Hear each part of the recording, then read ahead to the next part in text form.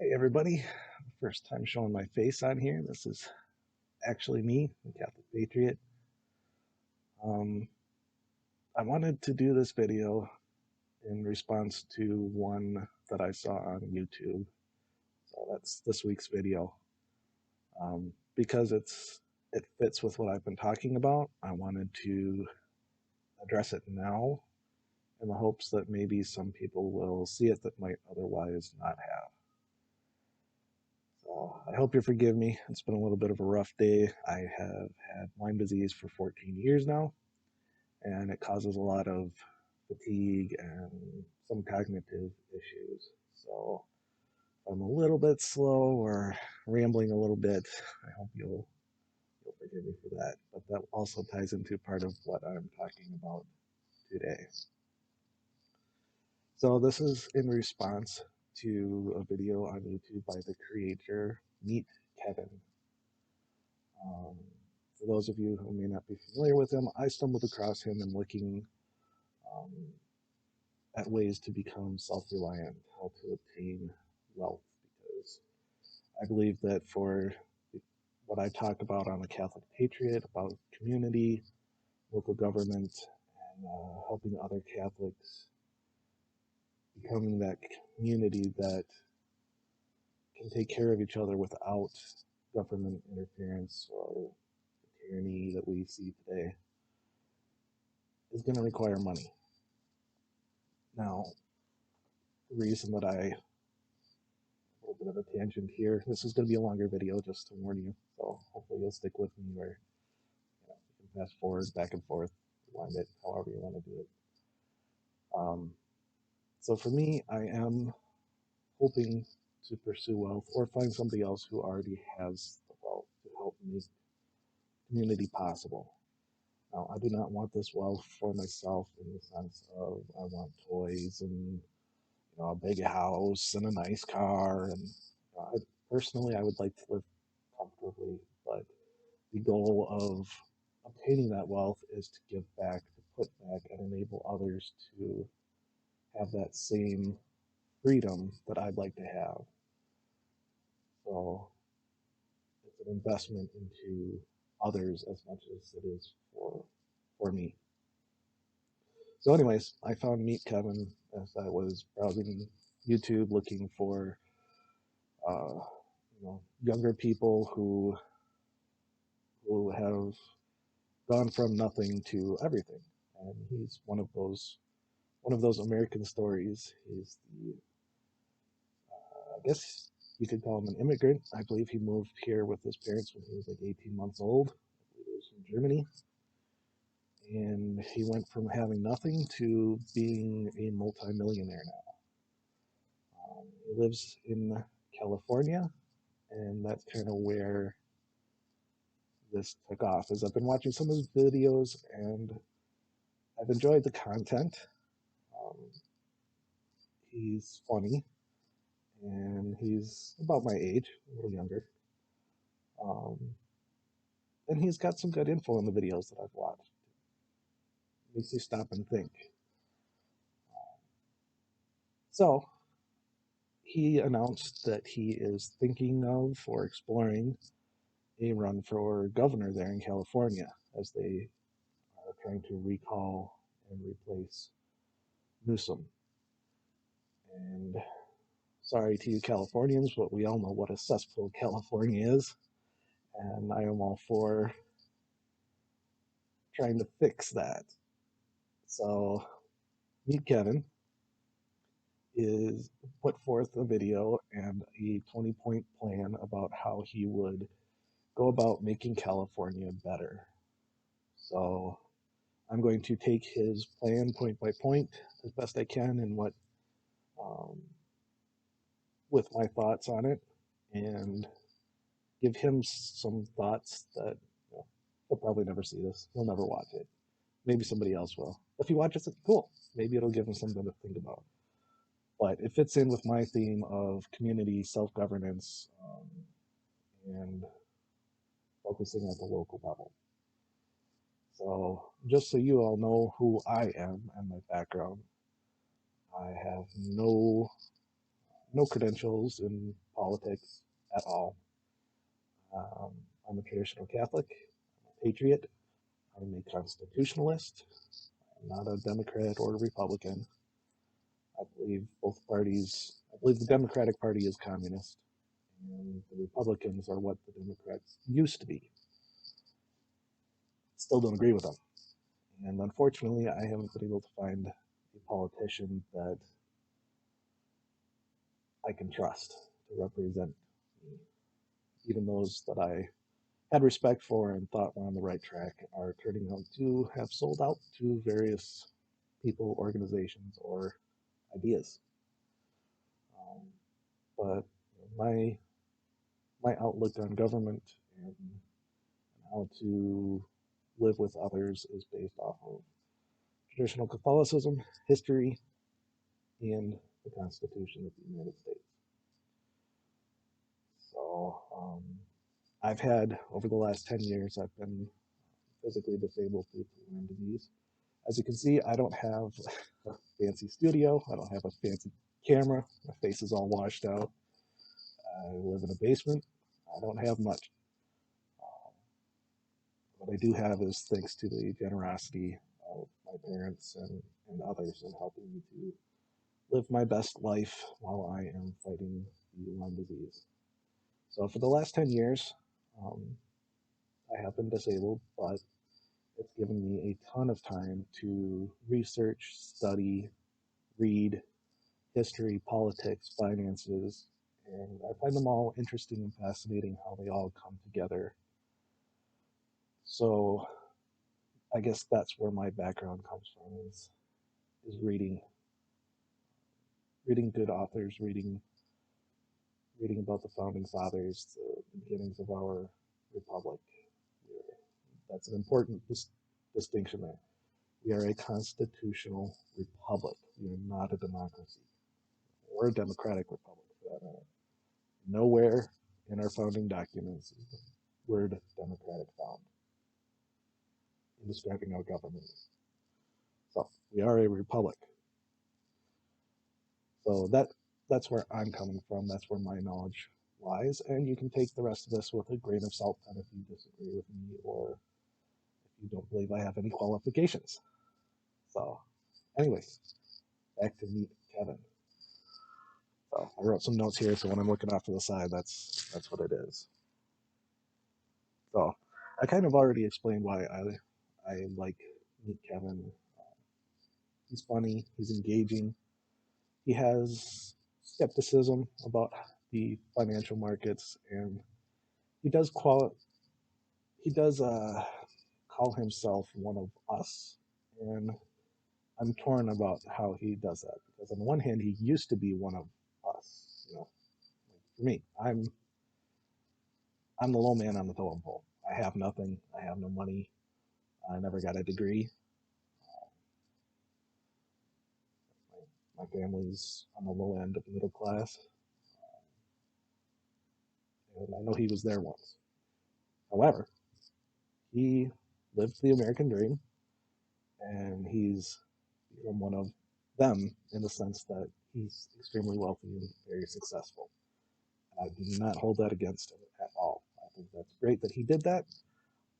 It provides hope for the rest of us that we can attain the same type of success. Um, and I think it gives him a unique perspective from having come from extreme sides of the spectrum. So those are the things I like about him. He seems smart, he's likable, he's funny, and he wants to fix problems. And I think that even though I may not agree with him on everything, I think it's a great thing that he's using his huge platform on YouTube, social media presence, and everything to put out more ideas. So I'm going to direct the rest of this to Meet Kevin in the chance that maybe he sees it. I might be hoping for too much. But I think it's great. You're using your platform to put out new ideas and solutions to problems, even if I don't agree with you, or even if I know that they are not the right solution. So I think this plays into, again, with my view of how government should work, and also with how the founders viewed it, that all power that was not given to the federal government in the Constitution, Bill of Rights, Amendments, Declaration of Independence, were reserved exclusively for the individual states. Now, since then, we have come a long way, and the federal government has taken upon itself and usurped many of those. So, what I would like to see, what I think would be good at both, even at the city, county levels, but let's go state levels too, like you are talking about. Um, we should be able to try different things and different solutions. And I think we'd see a lot of innovation, just like how moral capitalism should work, is by allowing more competition, which drives down prices, encourages innovation and unique solutions to problems. Now, if one state decides to do things one way and another does the other, we get to see which one's better and which one wins. And maybe we could solve a lot of problems if we did it that way. And not every state is the same. Not every county is the same. Not every region in the state is the same. I think a major breakdown that we've seen over the past, even going back to probably 2008, 2010, right in there, we've seen a major divide in the country. And it's not about race, it's not about Democrat or Republican. What it's about is the morals and values that we have. Now, on both coasts, I'm one of those people who I get hate from all sides. I'm a traditional Catholic, so the more liberal Catholics, the modern Catholics don't like me. I am a constitutionalist, so Democrats and Republicans don't like me. I'm a Midwesterner. Most of the people on both coasts don't like me. It's the way our country views things right now. I'm just flyover country in the Midwest. I live to serve the coasts is the attitude I've gotten from a lot of people from both the eastern and western seaboards. The eastern and western seaboards tend to be very, they say liberal or progressive, but basically what it's become is communism or socialist at best, if you want to call it that. And the middle parts of the country are largely conservative, where we hold to our guns and our Bibles and our patriotism. And those values don't mesh with what all the big money, big business, big entertainment, big tech doesn't. There's no common ground there. What the heartland holds dear, the coasts call old-fashioned or backwards. Some of the nicer terms they use for it. And I don't see personally how we're ever going to fix this divide. There is no more middle ground. Um, when you have the two, to me, there's two groups. There's the Catholic and Christian, solid, conservative, patriot groups or group, and then there's the progressive, communist, empire building groups, which include Republicans and Democrats. Um, our values are too different, and there's just no middle ground. I don't know how we fix that. So that was a little bit of a tangent. Um, But Meet Kevin, where it ties into you is to remember that there are certain sections of your state that are going to be different from the others. So to keep that in mind, that what works maybe for the city is not going to work for the countryside. So be careful when you're looking at that. So one of the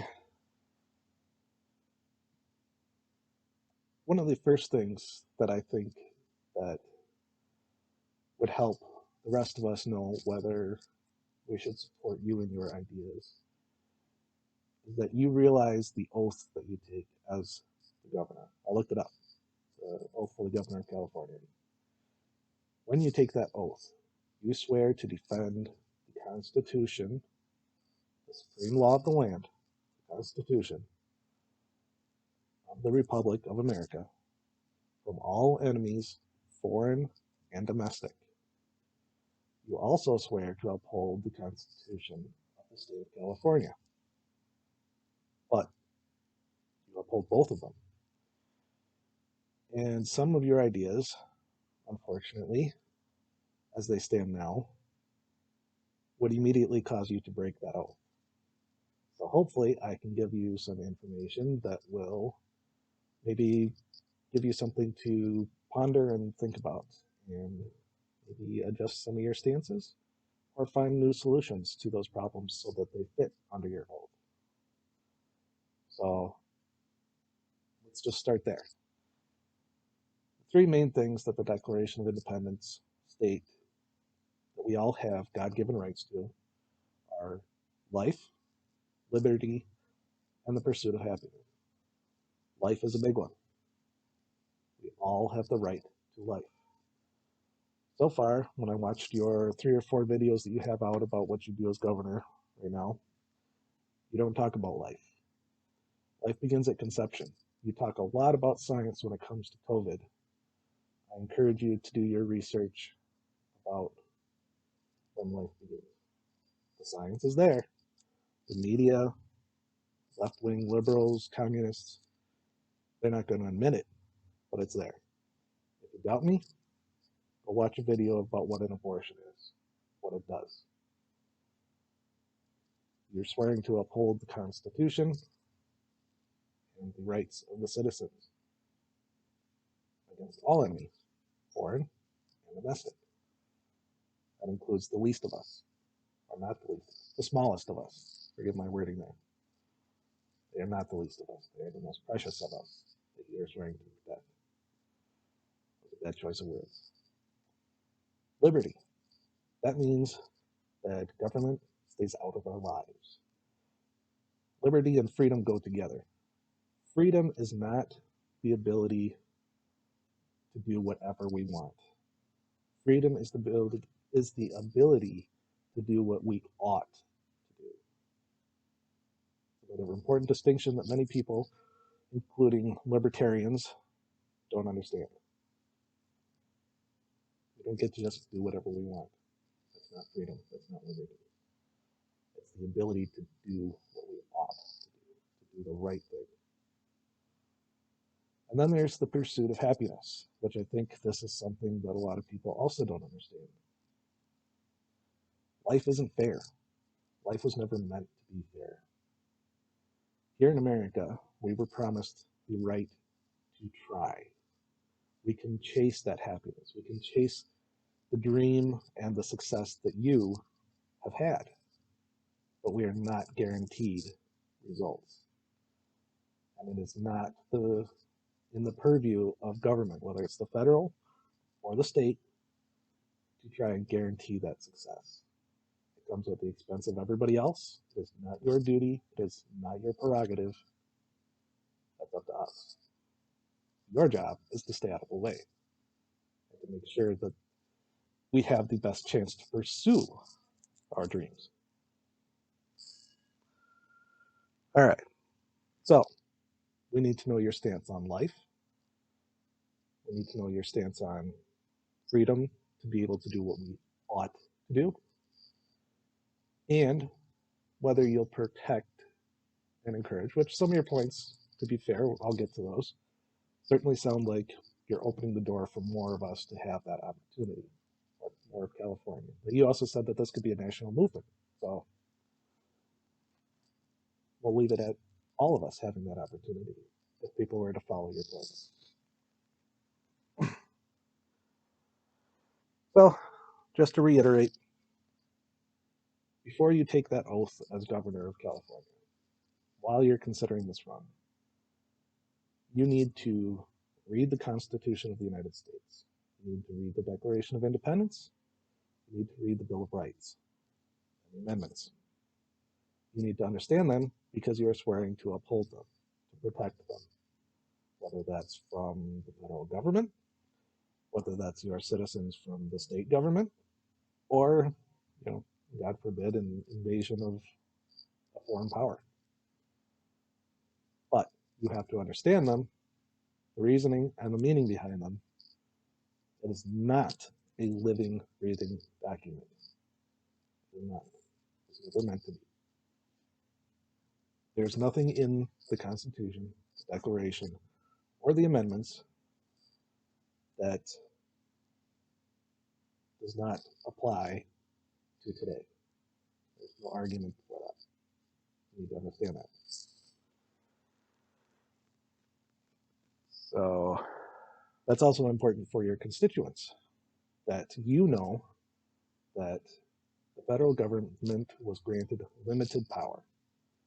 And those things not explicitly listed were reserved to the state. So the federal government tries to intervene, tell them to take a hike. It's your power, it's your duty. You're swearing to do it. Something else that I think needs to be talked about and addressed, which goes above and beyond your points. Again, this is my response to you. This is building off of what you put forward, giving you my ideas, my take from my years of studying and debating and talking with people. And hopefully it'll cause you to think. So it was, I'm going to forget the name now. Thank you, Lyme disease. John, I believe it was John Adams who said, this republic, I'm going to paraphrase here because I don't remember his exact words and I forgot to write them down. The republic, means of government that we, the founding fathers, have given you are meant for a moral and religious society. They are wholly inadequate for the governance of any other. The founding fathers knew that it would take a religious and moral people to be able to hold to the values and freedoms that they fought for, that they obtained for us. They did everything they could. They gave their lives, they gave their fortunes, their reputations to give us this opportunity. They told us what we needed to do to hold on to that. And we failed to do that. The base or the root of all evils is the immorality. And this is a huge, expansive topic. I'll try and just keep it short and condensed. The nucleus of any society throughout history has been the traditional family. A mother, a father, and a kid. When there are healthy families, there is a basis for society to build on. They're taught respect, responsibility, religion, the do's and don'ts, what is moral and what is not. There's accountability, and it's the cornerstone of any government, of any society, regardless of the form of government. With a solid family, you establish the work ethic. With a solid family, you're raising and teaching the next generation what they need to know to make the next, when their time comes, to make the world a better place. Without that, you get chaos and anarchy, which is what we see today. Fatherlessness, single mothers, doing the best they can to raise their kids, but a father is necessary for a family. And to that end, one of the things that could solve a lot of problems would be to ensure that the father and mother can be there for the kids. Now, this is not some male chauvinist attitude that I'm coming up with here. The woman should have the opportunity to stay in the home. Not saying she has to, just that she should have the opportunity to stay in the home if she desires to educate and raise her family. That means, along with a lot of your proposals that could affect this, are lower taxes, more opportunities for business, entrepreneurship, so that the man can go out, earn, earn enough for the family to be comfortable and to take care of them, and not force the woman to work, leaving the kids to be indoctrinated by public schools and TV and movies and music and whatever else they can find. You've got to keep the family together to fix a lot of the evils that we see: the greed, the corruption, the gang violence. All of that will start to go away. It'll never completely go away because we are human and we are flawed. That's not going to change. But we can do better. And that starts with a strong family, which a lot of your points could help ensure. So you need to make morality a part of the platform if you truly want to solve all the problems. All right, so let's go on to some of the points you made and get started on those, because I think you had some good ideas. So I like the idea of a governor who's blogging or vlogging. That'd be interesting to see. Bring those with you when you're talking to Congress and the Senate. When you get those politicians coming to visit you, I bet there's a lot less backdoor dealing that goes on if they know that they're about to become a YouTube sensation if they do. That would be really interesting. It would also be interesting for the rest of us to be able to see how a governor lives. If you live as a governor should, as a servant of the people, that would be a really interesting thing for us to see. Right now, governors tend to be this, much like the president or our so-called representatives in Congress, they're like the kings of old. They're our rulers. We don't see them. We don't interact with them. We have no way to reach them unless we have money or influence. So be a governor of the people and show us what being a servant of the people actually looks like. That would be really interesting. I like that. Just don't pull the whole Obama and Biden deal where they want to be the most transparent presidents ever and then block everything behind closed doors. Don't do the bait and switch on them. So you said you wanted feedback. So this is my feedback to you for whatever that's worth. I do agree that you talked about taxes being too high, and I think that's true everywhere. But we all know, we are all very well aware that California and New York, they're much higher than what we have. So I agree, taxes are way too high. I I like your idea about getting rid of the, I believe you said, the state income tax for people on $250,000 or less. I could see where that could be a good idea. I'm all for less taxes. Smaller government means less spending. Smarter spending, like you talked about, leads to needing less taxes. So it's an interesting idea. Something that else that I would argue, both from a personal and a liberty freedom standpoint, tax standpoint, nuclear family standpoint, get rid of the property tax. When someone owns something, when they have bought and paid for a property and for a house, they own that. The government has no right anywhere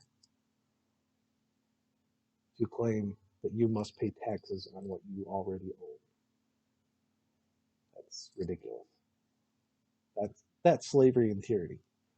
So just get rid of the property tax. You had a lot of ideas that could raise tax dollars for what you need in other areas. Unless it's a rental property, as in they're renting it from the government, get rid of the property tax. I already touched on the saving money, budgetary cuts, lower taxes, less restrictions, more freedom, more liberty, happier people. And I like the idea of the simple tax that you mentioned, where it's a necessary evil as part of a state, or whether that's a state of a republic or the republic itself, that some taxes have to be collected. So let's just make sure that they're being used for the right things. And the easier they are to file and take care of, the better. I'm all for that. You were also talking about different ways to help the housing industry. And it's been interesting listening to your commentary on real estate and how some of the new law proposals would affect the ability for new families or single families to own homes and property at reasonable prices. Speaking from someone who worked in construction, building houses for a time, and also going back to the liberty and freedom thing, the more restrictions that you lift, the easier it'll be to accomplish your goals for the real estate. I mean, seriously, why should you / the government, state, local, tell me how I have to build my home? Why should I have to have an outlet every 6 feet if I only need one? Now I understand it's resale value, whatever, but it's really none of your business. Get rid of the permits. I shouldn't need to go ask somebody's permission to add a guest room onto my house. I'm not hurting anybody. It's my money. I bought the materials. I'm doing it. I shouldn't have to go pay and get permission for that. So that would decrease the burden on homeowners to be able to maybe stay in the homes they're already in and improve them. I would encourage people to do improvements to their home, thus raising the values of the home. And it would make it easier to renovate homes. And I'm sure with your real estate business that you've come across all that garbage, having to do this and that, and get this inspected and that inspected, etc., etc. So you must be aware of all that. Get rid of it all. There's no point for it except to make money for the government, which we don't want. So yes, free permits, great idea. Being able to apply online, great idea. Get rid of the permits altogether. There are certain situations I can see where permits might be a necessary evil for some things, but not for general. And I like your idea of the abandoned malls and buildings idea for the homeless, or for building apartment type buildings there. It's a good idea. Let's use that real estate that's already there and make something useful out of it. It's already there. We don't have to, obviously there's some work that would have to be done to it, but you can do it without having to tear everything down or tear everything up. Then you're helping with your traffic, you're saving money, and you're providing value for the citizens or your constituents. So I really like that. So moving on, I thought that was interesting that you mentioned in your transportation points about the tunnels. One thing that concerns me just in general, and this includes tunnels, construction, mining, fracking, oil drilling, all these things. While some are, again, necessary evils for the society that we have built today, I wonder if there isn't some correlation between that and the number of earthquakes and sinkholes that we've been seeing. We're pulling all the stuff out of the earth and undermining the earth and shaking the earth. I don't know about the science of it. I haven't looked into it, but it's just a thought that popped into my head. Not saying it's a bad idea, just a thought that popped into my head that, you know, we think a lot about the cleanliness of the air and the environment, fire, the sea. Not many people seem to think about what's going on underneath. It might be interesting to find some scientists, talk to them about that. All right. So next that I wanted to mention was your school ideas, and I really liked the idea of combining the high school and community college aspects of it. Because I'm with you. I believe that kids are not being taught what they need to know to be successful in life. You know, it used to be really 3 R's: reading, writing, arithmetic.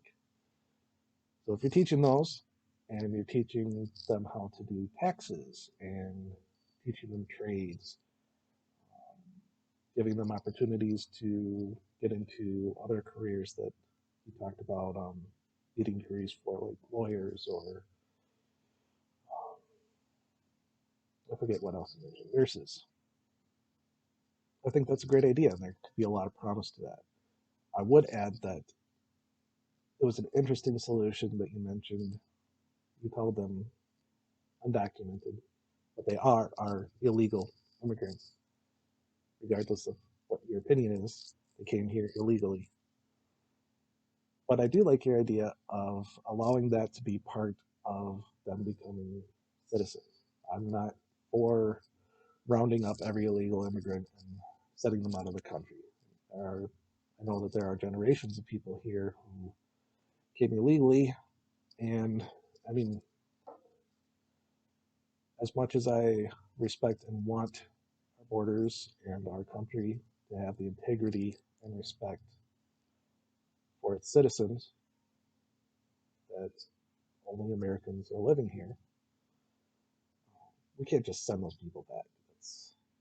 I'm not for blanket amnesty, but I'm also not for rounding everybody up, sending them back. So I think by offering those schools as a means towards citizenship is a good idea, provided that along with the skills, you also add in history, good history, not today's crummy, cancel culture, washed out history. History, first of all, we should be proud of our country. Lots of so called Democrats and so called liberals, so called progressives want to make it out like our country was based off of some weird white person conquest syndrome, making everybody else slaves. It's not true. Read history, look back at history. You're going to have to go back a few history books because they're rewriting history. We should be proud of our country. We were not perfect. We've made mistakes. But we can't whitewash those mistakes.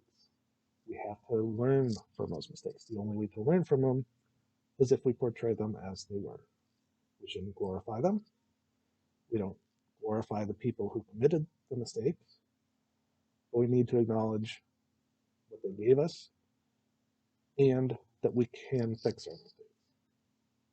That's important. We need to have a pride in our country and a pride in our state. State history is another important one. So, if you provide a really good history class and a really good civics class teaching people, whether they're undocumented or just the average American kid, what it means to be an American or an American, What is the Constitution? What does it say? What does it guarantee? And what does it not guarantee? What power does it grant? And who does it grant that power to? This would instill a sense of patriotism and a love of country and a love of the individual state that would lead them to want to stay in the state, keep their talents there, and to make their state the best state, leading to innovation, um, good competition that brings out the best in everybody. If everybody's working to make their state the best state in America to live in, to be free in, to practice their religion in, just think of what it could inspire all the other states to do. But to do that, you have to have an understanding of what we are, who we are, where we came from. It's necessary. So I'd be all for that. But you also need to allow school choice. The education of children is a direct responsibility of the individual parents.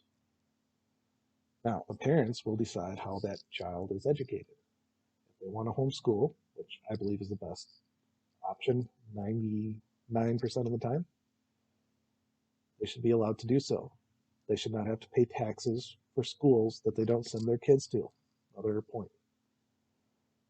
We're not using it, we're not paying for it. That should be the way it is. Also, if the parents decide to send their kids to public schools, that should be their choice. So the parents should be the ones deciding, and you, the government, the state, federal, whatever it is, should stay out of the way and make things easier for that to be allowed to happen. Goes back to the nuclear family, giving the parents the options to work or not as they decide and care for their kids. The care of kids is the responsibility of the parents, not the government. So, the other last thing that I wanted to mention about that is you talking about the government help that you'd be needing. That's a sticky process for me, provides a problem. You're taking money, which, albeit it's freely given by the federal government to the state. Where does that money come from? It comes from me. It's not free money.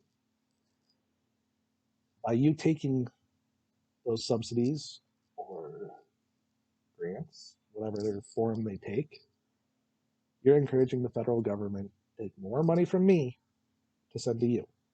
That means that my family suffers, my state suffers, my community suffers. So something to think about when you talk about all these subsidies and grants that you would be taking advantage of. Yeah, everybody does it. That was one of the sticky little rant here. One of the things about Ron Paul, never liked him. Never liked him. When he was running, what was that, 2012 maybe?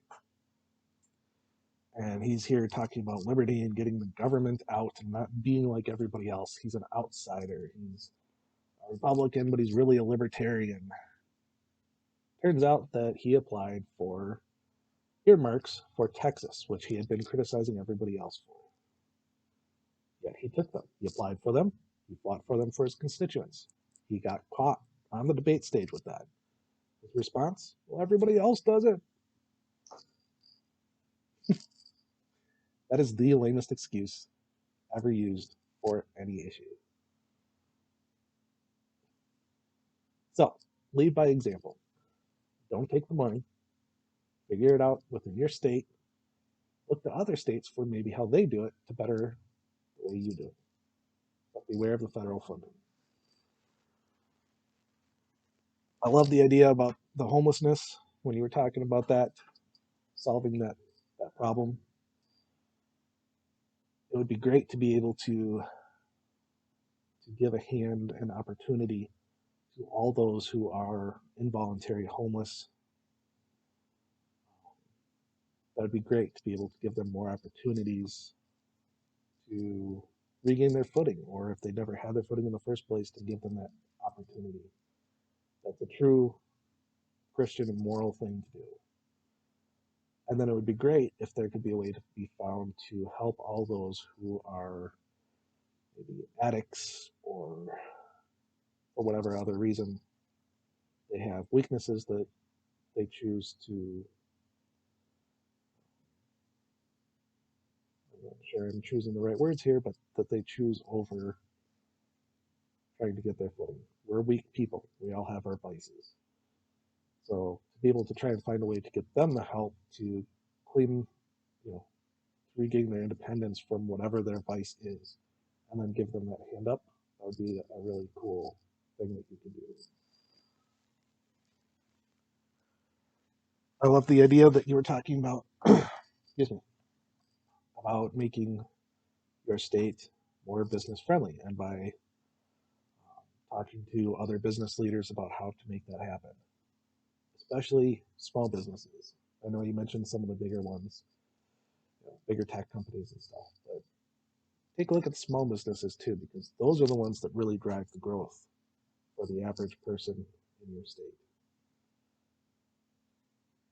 And with your social media presence, there's got to be ways that you can reach out through that and connect with these small businesses across the state. Because again, each state region is going to have different needs, different costs of living, different costs of doing business. So be sensitive to that. Be some advice that you asked for, so that I'm given. Then we get to another sticky issue that goes back to your oath as governor of California and what you are supposed to do for your constituents. You were talking about handguns. I see you avoided all other issues, but you talked about handguns. I'm glad that you are of the opinion that California should be a shall issue state. My issue with that, and tens of millions of Americans issue with that. Many of them live in California despite your crazy gun laws. When you take your oath, you are taking an oath that includes the Constitution of the United States, the Bill of Rights, and the amendments. It is not a living, breathing document, as I said before. And the Second Amendment explicitly, and I'm sure there's plenty of other people in California who can better describe this to you. Reach out to the Second Amendment community, the firearms instructors, reach out to them, talk to them. I'm not an expert. But I do know what the law says. And the law says that the Second Amendment shall not be infringed. Look up the definition of infringed. You do not get to decide how many hours of class time I need, what classes I take, what type of gun I can own.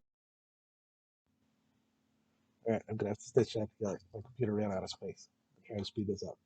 So again, Second Amendment explicitly states that I have the right to own firearms, any weapon that I want, without infringement. It does not give you the ability to tell me what to do with it. Does not give you the right to tell me what I need to do, how many classes I need to take, how many hours I need to take, how many rounds I can have, what type of arms I can have. The Second Amendment was not meant for hunting. It says nothing about hunting. It's explicitly stated that the Second Amendment is meant to protect ourselves from all enemies, foreign and domestic, I want to put it that way, but mostly from a tyrannical government. This was a major catalyst for the Revolutionary War, was when the British decided to try and confiscate the firearms and weapons of the colonists. That hasn't changed. The reason hasn't changed. The threat hasn't changed. You're seeing it in California. The lockdowns, the taxes, all this stuff. It's tyranny. As a very last resort, those firearms are ours to tell the government who's boss. We, the people, we are in charge. Government is our servant, not our master. So, talk to some experts. There's a lot of good firearms people in California, despite the tyranny. They can give you a better lowdown of what the Second Amendment is and what you should and shouldn't do, and what you can and can't do. All right. Quick touch on your DMV licensing, all that stuff. I'm going to try and speed this up again because my computer's going to run out of battery again. Or storage, rather. I like the idea of streamlining it. I agree, nobody likes the DMV, especially me. I'm one of those that I'm right there with you. I hate waiting hours in line. And I like the idea of trying to lower traffic stops because it obviously it's safer for the officers and everybody involved. Those traffic stops are a good thing. However, I'd be very wary of too much digitalization. They can be hacked, they can be erased, they can be lost, and that could cause all sorts of problems. Speeding cameras, not a good idea. There might be other ideas out there, but it's a severe invasion of privacy for cameras to be everywhere, watching your every move, where you're going, who you're with. These cameras are not going to just grab your license plate. They'll be able to see who's in the car. They'll be able to track where you've been. It's a matter of personal liberty. So you'll have to come up with a better solution than that to make that fly. Okay. I think, far and large, the rest of your points, I either don't know enough or haven't formed a solid opinion enough to give my take on it. Again, personal liberty, I do agree that it's time to end the war on drugs. And honestly, the drinking age too. Anybody who's old enough to die for their country should be able to own a firearm of their choice, be able to drink, and as long as they are not infringing on somebody else's freedom or liberties, they should be able to use marijuana if they want. The only problem that I have with that I haven't come to grips about how to deal with is smoking it. Just because, depending on where you are, the smoke, some people believe, is bad for you, especially for small kids, babies. So if somebody's smoking outside, inside, while that may be their right, if that smoke is getting into somebody else's house, yard, whatever, how do you make, or how do you weigh that as to who's right is right?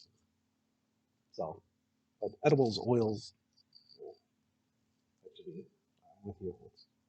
Let's legalize that. All right. So I mentioned the digital and privacy issues with some of your thoughts there. I think you need to look at those harder. So just two last things to mention, I think. I'm sure I'll think of other stuff when the video's over, but the last two things for this one are something that everyone, and even across the world, is to be more aware of, but especially here in the United States, is Lyme disease. I don't know how much you might know, but Lyme disease is an epidemic that nobody talks about. Everybody jumped on the COVID bandwagon, regardless of how much of a threat you view it as. Nobody talks about Lyme disease. Over 400,000 people now, according to the CDC, which I heard you also are skeptical of in your last video. They've been very hard to convince, despite the science, about Lyme disease. They just recently upped their numbers to 400,000 new people every year are diagnosed with Lyme. Tests, if I remember right, the normal test is around 75% effective. And over the last year, you've seen what those tests can mean with COVID. I imagine what Lyme disease is more deadly than COVID if it's not caught right away. Your chances of living with COVID are better than long-term Lyme disease.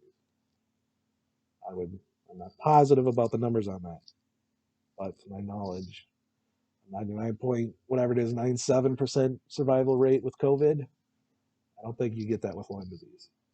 Too many factors factor in. So it's underreported, undertested, not treated properly, unrecognized. Insurance doesn't cover it most of the time. Those 400,000 new cases do not include all the people like me who have had chronic Lyme. They don't recognize it. We have to go to independent doctors, natural doctors, practitioners, and use herbal formulas and supplements out of pocket. Lots of times we have to travel long distances. It's extremely expensive. It can ruin people and families. And the number of suicides caused by the suffering from Lyme disease are astronomical. So there was just a recent news report. I'm sure you can look it up. It's got to be in your area. But there are massive amounts of ticks along the coast of California right now. Even going to the beach, you're not safe. So I encourage you to take a look at that. There's lots of people suffering, and I know California does have its issues with Lyme disease as well. The last tip, feedback for you today, Mr. Meet Kevin. I can't pronounce your last name. I don't know how you're going to brand that, but good luck with that. Is do not take donations, at least not from super PACs and businesses. Put a cap on it if you're going to do it. Run it as much as you can by yourself so that you are not beholden to anybody. It's where all these politicians get into trouble. They sell their souls out to big tech, big business, big pharma. When that hefty check comes in, it's not free. It's not a donation. It's a favor that you're going to owe them later, one way or another. And if you don't, you'll be one and done, and you'll be out because they'll make sure of it. So that's what I got for you. If you listen this far, I appreciate it. You seem like someone who can have a good conversation and good debate, exchange of ideas. These are my ideas. Some of them are facts. So others are conclusions and ideas of mine. I encourage you to check the facts that contradict some of your ideas and to adjust those. And I look forward to hearing more of your answers about life, liberty, the pursuit of happiness, school choice. Hopefully your stance on the Second Amendment changes for the better. And your take on how morality and encouraging the nuclear family can solve a lot of society's evils. So to anybody else who watches this, I thank you for sticking around. I know it's long. I'm going to have to splice the two videos together. I'm sorry about that. Low tech, basement, washed out face, Lyme disease brain. It's all here. You got it all. It's raw. It's one take. Hopefully I gave you some things to think about, and you can have an idea, better idea now of how I feel personally about community and governance. So there'll be more coming eventually, but for now, this is the Catholic Patriot signing off. God bless y'all. God bless the Republic of the United States.